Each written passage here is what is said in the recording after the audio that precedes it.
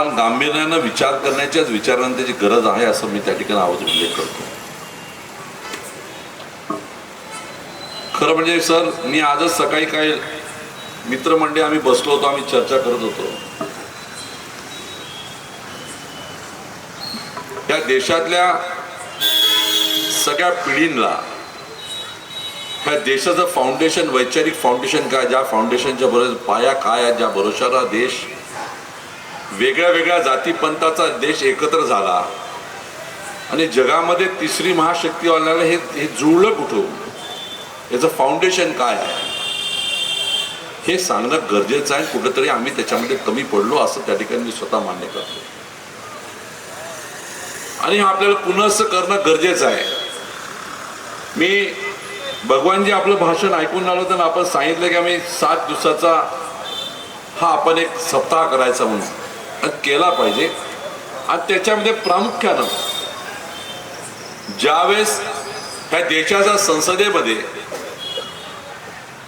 Doctor Babasaheb आंबेडकरनी ज्यावेळेस हा संविधानाचा मसुदा टेबल केला आणि त्यावेळी जी चर्चा झाली, वेगवेगळे भाषणं झाले, ती सगळी भाषणं आपण या 1 वर्षात एकदा तरी ह्या देशातील सर्व लोकांना ऐकणं गरजेचं आहे.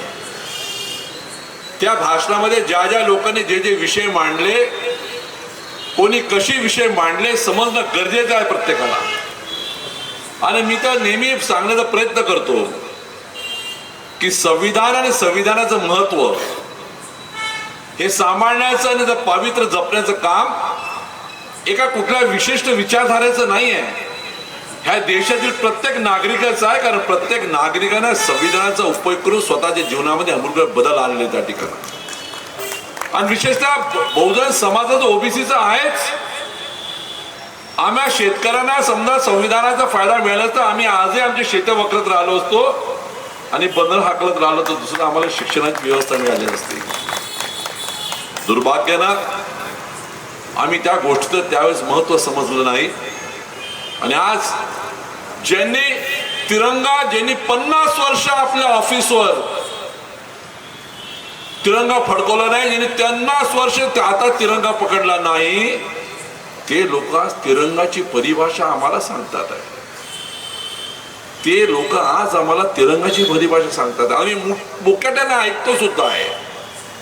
कधी कधी तर असं वाटतंय की आम्ही सगळेजण, आम्ही हिंदीमध्ये शब्द आहे जिंदी लाश आहे की आम्ही त्या ठिकाणी, असंच वाटतं त्या ठिकाणी आपल्याला. हा काय विषय त्याने.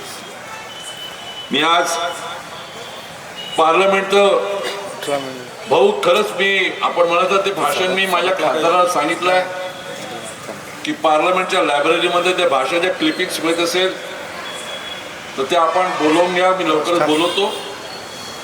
इलेक्शन राव न राव काय, पण ते लोकांना सांगणं, दाखवणं, ऐकणं गरजेचं आहे. विशेषतः तरुण पिढीने ऐकलं पाहिजे. ती भाषणं ज्यावेळेस ऐकेल ना तर तेव्हा तुम्हाला कळेल की त्यावेळेस कुठल्या कुठल्या व्यक्तीने, कुठल्या कुठल्या भागाच्या, कुठल्या कुठल्या समाजाच्या, कुठल्या कुठल्या राजकीय पक्षाच्या लोकांनी कशी कशी भाषणं केली आणि मग हे संविधान उभं कसं झालं हे ठिकाणा काळ आपण सांगितलं पाहिजे. मी कधी कधी मला भाऊ एक भीती वाटते, I may be wrong also. तुम्ही दोघं इथं प्रोफेसर आहात, तुम्ही तुमचा अभ्यास चांगला आहे, पण असं वाटतं की हे जी व्यवस्था झालेली, जी भीती वाटायला लागली की या देशाचं संविधान आणि ह्या देशातील लोकशाही जिवंत राहते की टिकते की नाही राहत, त्या संविधानाचा सगळ्यात मोठ्या प्रमाणात धोका कुठून होत असेल आणि याची अवहेलना कोणीकडे असेल तो शिक्षित वर्गाकडनं जास्त होऊन आला असं त्या ठिकाणी माझं मत आहे. शिक्षित वर्गाकडे, अतिशिक्षित लोकांकडनं जास्त होऊन आलेलं आहे आणि ज्यांनी संविधानाच्या माध्यमातून पद मिळवले तिकडून जास्त होऊन आलेलं असंही त्या ठिकाणी माझं मत आहे. हा सामान्य माणूस जो आहे, अशिक्षित आहे, जो अजूनही त्या ठिकाणी विश्वास ठेवून आहे, तो अजूनही संविधानाला मानणारा आणि संविधानासाठी सर्व कोटे त्या ठिकाणी पणाला लावायला तर तो तयार नसता तर 2024च्या 400 पारचा नारा हा विरघळला नसता हो त्या ठिकाणी. तो तयार होता म्हणून 400 पारचा नारा त्या ठिकाणी होऊ शकला नाही. कारण 400 पारचा नारा देण्याचा मागचा त्यांचा मनसुबा काय होता आम्हाला सगळ्याला माहिती आहे. 400 पार का नारा संविधान बदलणार अशा प्रकारची बातवणी करणं लोकांना त्यावेळेस त्याचे उत्तर मिळालं या देशातील माणूस, सामान्य माणूस आजही त्या ठिकाणी संविधानावर विश्वास आणि जीव के प्राण द्यायचा. प्रश्न एवढाच आहे की आम्ही तो व्यवस्थित त्या लोकांपुढे मांडणं गरजेचं त्या ठिकाणी होतं. खूप मोठी मोठी भाषणं करतात, संविधानाला कपाट टेकून सांगायचं आम्ही संविधानावर चालतोय म्हणून. टेलिव्हिजनवर सगळीकडे मोठे मोठे ते दाखवायचं, वर्तमानपत्रामध्ये फोटो दाखवायचे. शपथविधीला जायच्या अगोदर संविधान डोक्याला लावायचं आणि लोकांना मी संविधानवाला. आणि त्या व्यवस्थेला आज मी विचारतो इथून त्या या देशातल्या त्या प्रमुख माणसाला विचारतो, 2017-18 मध्ये पार्लमेंटच्या बाहेर संविधानाला त्या ठिकाणी फाडण्यात आलं, जाळण्यात आलं. त्याचे माणसं तुम्हाला आजही मिळत नाही. तुम्हाला सगळे लोक मिळतात, देशातले परदेशातले. तुम्हाला त्या काश्मीर मधले इकडचे टेररिस्ट मिळतात. आणि तुम्हाला तुमच्या पार्लमेंटच्या बाहेर ज्यांनी संविधान जाळलं, ज्यानं संविधान फाडलं, ती माणसं तुम्हाला मिळत नाही. आणि ते शोधा म्हणून तुम्हाला हायकोर्ट आदेश करते, अजूनही तुम्ही त्याच्यावर बोलत नाही. तुम्ही कुठल्या विचारधारा त्या ठिकाणी बदलू. त्या ठिकाणी मला असं वाटतं भाऊ, खरं वाटते तुम्ही जी मनात शंका व्यक्त केली तेवढीच मला माझ्यासारख्याला वाटते. आम्हाला हळूहळू कळत नाही, पण हळूहळू आम्ही त्या भागाने चाललो आहे. आम्ही पुन्हा त्या ठिकाणी गुलामीच्या ह्याच्यामध्ये निघालो आहे. त्या ठिकाणी एकदम तुम्हाला कळणार नाही, पण थोडं बसून चिंतन मनन करा तर तुम्हाला कळेल त्या ठिकाणी की आम्ही हळूहळू त्या वाटेला लागलेलोच आहे त्या ठिकाणी. आणि गुलामीला डिक्टरशिप असली तर त्याला स्लेवच पाहिजे. डिक्टरशिप ही स्लेवच्याच माध्यमात चालेल, कारण स्लेव नसले तर डिक्टरशिप टिकत नाही. लोकशाही असली तर सामान्य माणसाचं संविधान चालणारे बंधू त्या ठिकाणी. ही डिक्टरशिप आहे. ते सांगतात आम्ही तुम्हाला 5 किलो धान्य देऊ, आम्ही मुकाट्याने. ते सांगतात आम्ही त्या ठिकाणी तुम्हाला शिक्षणाची एवढीच व्यवस्था देऊ, आम्ही मुकाट्याने शिक्षण देतो. ते सांगतात आम्ही सरकारी नोकऱ्या त्या ठिकाणी भरणार नाही, आम्ही त्या ठिकाणी आपल्या कॉन्ट्रॅक्ट बेसिसवर त्या ठिकाणी नोकऱ्या देऊ, आम्ही निवांत त्या ठिकाणी बसतो. आम्हा शेतकऱ्याला मिळणारं जे खत आहे ते खताचे भाव ते सांगते ते देतील. आणि जे खत नाही आहे ते जे खत ते लोक भाव वाढू शकत नाही, ते शेतकऱ्याला खत देत नाही. आमचं शेतकरी डिमांड त्यानं ऐकून घेतो, बोला त्या ठिकाणी. कुठल्याही व्यवस्थेकडे आलो आम्ही. आज भाऊ आज शहरामध्ये सगळीकडं ते स्मार्ट मीटर आणले. मानसिकता पण हळूहळू त्या ठिकाणी स्मार्ट मीटर आणले. कोणी मागितले होते का स्मार्ट मीटर? कोणी नव्हती मागितली. जबरदस्तीने ते लोक तुमच्या घरी येतात, तुमच्या घरचं इलेक्ट्रिक मीटर बदलवून टाकतात आणि मी निवांत ऐकत बसतो. आम्ही त्या ठिकाणी त्याच्या विरुद्ध उद्रेक करायला किंवा आपलं मत मागायला त्याने संविधानामध्ये अधिकार आहे. माझ्या घरी मी कुठलं इलेक्ट्रिक मीटर लावावं, माझ्या घरचं कुठलं दार मी लावावं, माझ्या घरची व्यवस्था काय असली पाहिजे, हा संविधानाने मला दिलेला अधिकार आहे. पण आम्ही मोठ त्या ठिकाणी ऐकतो. याचाच अर्थ असा की आम्ही हळूहळू त्या दिशेने निघालेलो आहे. पण जसं आपण म्हणता त्या ठिकाणी आमचं भगवानजी आपण बोलून गेले, त्या देशामध्ये एक वेगळा नक्कीच विचारधारा अजूनही त्या ठिकाणी आहे. आणि ती विचारधारा अशी उसळी मारेल की फॅसिझम हे जे तुटतं तर ते वरपासून खालपर्यंत असं तुटतं की पुन्हा ठिकाणा लागत नाही. हा सुद्धा इतिहास जगामधला आहे, देशात जगातला त्या ठिकाणी आहे. हिटलर मुसोलिनी पाहून घ्या, तो त्यावेळेचा इतिहास घ्या, आता जवळचा घ्या. त्या ठिकाणी बांगलादेश घ्या, नेपाळ घ्या, अशी व्यवस्था निर्माण होईल की ठिकाणा लागणार. प्रश्न एवढाच आहे की या संविधानाच्या माध्यमात जे शिक्षित झालेले लोक आहे, जे सुसंस्कृत झालेले लोक आहे, संविधानाच्या माध्यमात जे त्या ठिकाणी असलेला प्रगतीच्या मागावर आणि सुखसक्त भोगून आलेले आहे, ते संविधानाबद्दल आपलं कर्तव्याची जाण ठेवणार आहे की नाही ठेवणार आहे, हा त्या ठिकाणी महत्वाचे त्या ठिकाणी आहे. 2 वेळचं अन्न तर कोणी जेवते हो, 2 वेळचं अन्न कोणी जेवते, कोणी त्या ठिकाणी.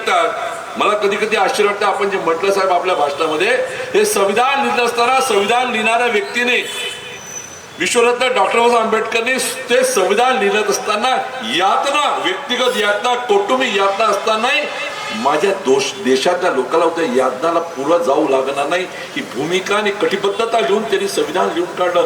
काय विचार, कसे व्यक्ती समजावे, कसे मानव होते त्या ठिकाणी. देशभक्ती म्हणजे काय? मी स्वतःला आजार कुटुंबात त्या ठिकाणी अडचणी आणि त्या ठिकाणी संविधान मांडले असताना पार्लमेंटमध्ये वेगवेगळ्या प्रकारचे लोक त्या ठिकाणी त्यांना विचारणारे प्रश्न, ही व्यवस्था असतानाही स्वतःचं मत शांत डोकं ठेवून व्यवस्थित जनकल्याणासाठी काय योग्य आहे याची भूमिका घेऊन पुढे त्या ठिकाणी निघाले. आणि पहा, मी जे म्हणतो ना, फार कॅल्क्युलेटेड आहे हे मनुवाद लोक, फार कॅल्क्युलेट आहे. त्यांना आजच झेंडा फडकवायचा होता त्या ठिकाणी मंदिरावर. का आम्हाला विचार, का आजच, का आजचा दिवस, का आजचा दिवस, का ते समजून आले, त्या लोकांना सांगून त्या ठिकाणी की आता, आणि याचं चिंतन म्हणून आपण केलं पाहिजे. दुर्भाग्यानं आम्ही लोक त्या संविधानाच्या माध्यमातून जी व्यवस्था आहे, राजघटना, राज्यकर्ते बनवायचं, त्या ठिकाणी पार्लमेंट जायचं, त्याच्यामध्ये आम्ही बिखरून जातो. त्या ठिकाणी लहान लहान गोष्टीला घेऊन पडतो. पण एक लक्षात ठेवा, आपण सगळ्यांनी लक्षात ठेवलं पाहिजे, आज संविधान आहे तर सगळं आहे. संविधान नसतं तर आम्ही गुलामीत चालले जाऊ आणि पुन्हा त्या ठिकाणी डिक्टेटरशिप आपल्या त्या ठिकाणी नशीब येईल आणि ते होऊ द्यायचं नसेल. तर हा संविधानाचा विषय, संविधानावर चर्चा सत्र, संविधानाचं पुस्तक हे औपचारिक राहू देऊ नका. हे औपचारिक राहू देऊ नका. तुम्ही नाही त्याचा सन्मान करू शकला तर किमान त्याचा अपमान करण्याची भूमिका आणि मनामध्ये एवढी त्या ठिकाणी विचार देऊ नका. आज उठून बघा, ह्या देशामध्ये पुनश्च त्या ठिकाणी नवीन आज व्यवस्था आणि क्रांती करणं गरजेचं आहे. न ते मनुवाद लोक, भाऊ आपण म्हटलं बरोबर आहे की तो पूजा ही मंदिरात असते, पार्लमेंटमध्ये नाही. पार्लमेंटमध्ये नाही. मी सहज आपल्या भाषणामध्ये एकदा बोलून गेलो, माझ्या जवळच्या लोकांनी, माझ्या जवळच्या मित्र माझ्या गाडीत बसतात, टीका माझ्यावर केले. म्हटलं असंच चालू राहिलं तर काही दिवसांना हा देशातील लोक महाप्रसादावर जगणार लोक होऊन जातील. त्यांना काम करायची गरजच नाही, महाप्रसादच खात तुम्ही सगळे. तर माझ्या जवळचे लोक म्हणे, काय भाऊ तुम्ही असं म्हणे. म्हटलं, अरे कोणाला तरी म्हणावंच लागेल ना. जास्त असं काय होईल, एखाद्या त्या ठिकाणी होईल, जे होईल व्हायचं ते होईल, एखादी अजून पुन्हा केस लागेल लागेल सर. पण वस्तुस्थिती सांगितली पाहिजे लोकांच्या पुढं. आम्ही नाही मांडायची तर कोणी मांडेल त्या ठिकाणी. आणि म्हणून मला आज आपण एक चांगला कार्यक्रम आयोजन केला, त्याच्याबद्दल मनापासून आपला ऋणी आहे. आणि मी तसं ठरवून टाकलं, आमच्या हे 2 तारखेच्या निवडणूक आटोपल्यानंतर त्या पार्लमेंटचं जे भाषण आहे ते भाषण आम्ही एक मिशन म्हणून, ते पार्लमेंटचं भाषण ते मिशन म्हणून पूर्ण जिल्ह्यावर ज्या ज्या ठिकाणी आम्हाला जागा मिळेल त्या ठिकाणी, खरं म्हणजे सरकारकडनंच कार्यक्रम झाला पाहिजे की त्या ह्या 25 आणि 26 2 दिवस ह्या देशातले सगळे त्या ठिकाणी सिनेमागृह बंद करायचे, ह्या देशातले त्या ठिकाणी सगळे त्या ठिकाणी ऑडिटोरियम बंद करायचे आणि 2 दिवस नुसतं ते पार्लमेंटचं भाषण लोकांना ऐकायला द्यायचं. खरंच खऱ्या अर्थानं वैचारिक दृष्ट्या, सामाजिक दृष्ट्या देश त्या ठिकाणी मजबूतीनं उभा होईल. नाही तर मग मात्र आज जो मनुवाद आहे तो मनुवाद जास्त फोफावेल आणि कुठेतरी क्रांतीचा जगेल. पण एकच भीती वाटते, हा मनुवाद जाणार, हा थांबणार नाही. भाऊ आपण म्हटलं बाबा जाणार, हा थांबत नाहीच. पण थांबत असताना सुद्धा मोठी क्रांती करायला लागली तर जेव्हा एकदा रेव्होल्युशन जे होते, मोठी क्रांती होते, तर सगळ्यात जास्त नुकसान लहान लोकांचं होते. महाल पेटत नाही, झोपड्या पेटतात त्या ठिकाणी आपल्याला माहिती आहे. आणि ते आम्हाला होऊ द्यायचं नाही. म्हणून एक कळकळीची तुम्हाला तुमच्या विषय मांडतो. आपण चांगला कार्यक्रम आयोजन केला त्याबद्दल मनापासून आभार मानतो. आणि येणाऱ्या दिवसामध्ये आम्ही या देशातील लोक सगळ्याच्या परी संविधान टिकवण्यासाठी आमचं कर्तव्य आणि आम्ही नक्कीच पार पडू अशा प्रकारचे आज सगळ्यांना आपल्या मनाची खूप गाठ बांधावी असा आपले विषय मांडतो आणि आपल्या शब्दाला विराम देतो. जय हिंद महाराष्ट्र. ऐसी अपडेट्स और भी पाने के लिए सोशल भारत 24 न्यूज़ को अभी सब्सक्राइब करें.